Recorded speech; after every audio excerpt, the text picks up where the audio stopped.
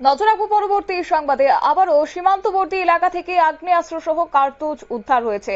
অবশ্যই এক্ষেত্রে গ্রেপ্তার হয়েছে এক অভিযুক্ত। এই মুহূর্তে আমরা কথা বলছিলাম বাংলার দিকে, কারণ বাংলার সীমান্তবর্তী এলাকায় এই মুহূর্তে তল্লাশি অভিযান চালানো হচ্ছে, কারণ সামনেই রয়েছে পশ্চিমবঙ্গের বিধানসভা ভোট এবং সেই নিরিখে এবার পুলিশের তরফ থেকে একের পর এক তল্লাশি অভিযান জারি রাখা হয়েছে। আবারও একটি অভিযানে দেশি আগ্নেয়াস্ত্র এবং 1 রাউন্ড কার্তুজ উদ্ধার করেছে, যেটা পুলিশ সূত্রে জানা গেছে।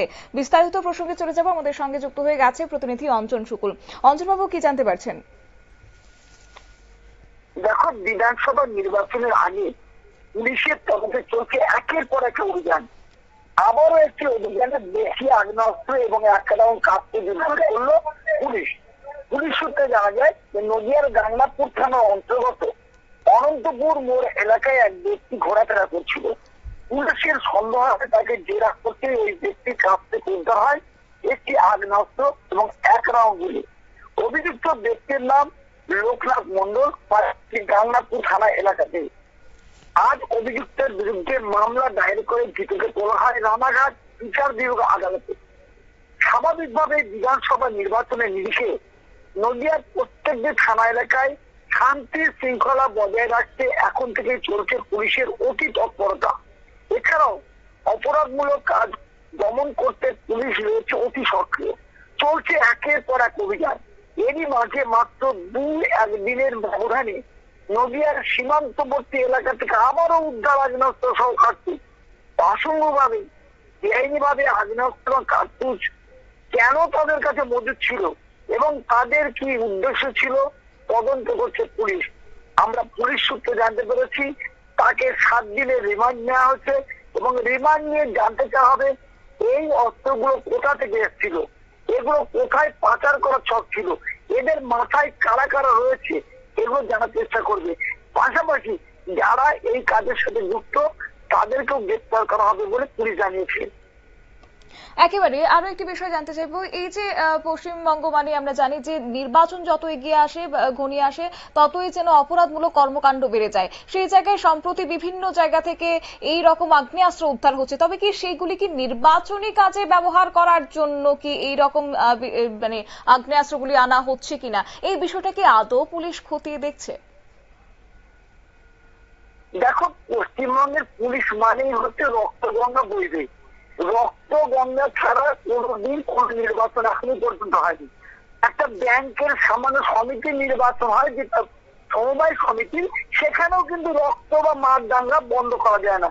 আর বড় নির্বাচন, পঞ্চায়েত বলো, বিধানসভা, লোকসভা নির্বাচন, রক্তগঙ্গা বইবে, কত মানে মানুষ খুন হবে, এটা পশ্চিমবঙ্গের রীতি হয়ে দাঁড়িয়েছে। আর সেইখানে কিন্তু পুলিশ প্রশাসনের পক্ষ থেকে কিন্তু এটা একটা নাটকের ভূমিকা নিচ্ছে। আর যদি পুলিশ প্রশাসন ঠিকভাবে কাজই করে তাহলে এত গোলা বন্দুক বারুদ ধরে পশ্চিমবঙ্গে দাঁড়িয়ে রয়েছে, কেন তাদের বিরুদ্ধে ব্যবস্থা নেয় না? তাহলে কি নির্বাচনের আগে শাসক দলের লোকেরাই কি এগুলো তৈরি করার জন্য করছে, নির্বাচনে ভয় দেখানোর জন্য? একদিকে যেমন মানুষকে ভোট দিতে দেওয়া হয় না, অন্যদিকে যারা ভোট দিতে যায় তাদের কোল শূন্য করে দেয়। এই ভয় এবং ভীতির পরিবেশ তৈরি করার জন্যই কিন্তু এখন থেকেই কিন্তু তৈরি হচ্ছে তার টিম। বলা যেতেই পারে 26-এর নির্বাচনকে সামনে রেখে পুলিশ 2-1টা যতই গ্রেপ্তার করুক না কেন, আসলে কিন্তু পুলিশ কাজের কাজ কিছুই করে না, যার জন্য এই সমাজ বিরোধীদের এত বারবারন্ত। একেবারে অঞ্জনবাবু, ধন্যবাদ আপনাকে।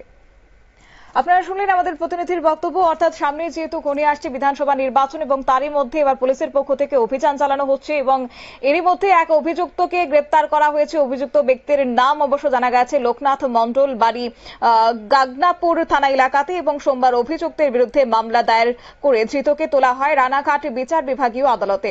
স্বাভাবিকভাবেই বিধানসভা নির্বাচনের নিরিখে নদিয়ার প্রত্যেকটি থানা এলাকায় শান্তি শৃঙ্খলা বজায় রাখতে এখন থেকেই শুরু হয়েছে পুলিশের তৎপরতা এবং এছাড়াও অপরাধমূলক কাজ দমন করতে পুলিশ রয়েছে অতি সক্রিয়। চলছে একের পর এক অভিযান এবং এরই মাঝে মাত্র 2-1 দিনের ব্যবধানে নদিয়ার সীমান্তবর্তী এলাকা থেকে আরো উদ্ধার করা হয়েছে আগ্নেয়াস্ত্র সহ কার্তুজ।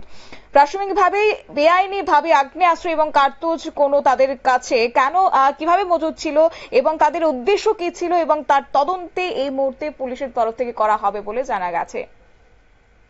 নিয়ে নিচ্ছে ছোট্ট একটি বিজ্ঞাপন বিরতির সঙ্গে থাকুন।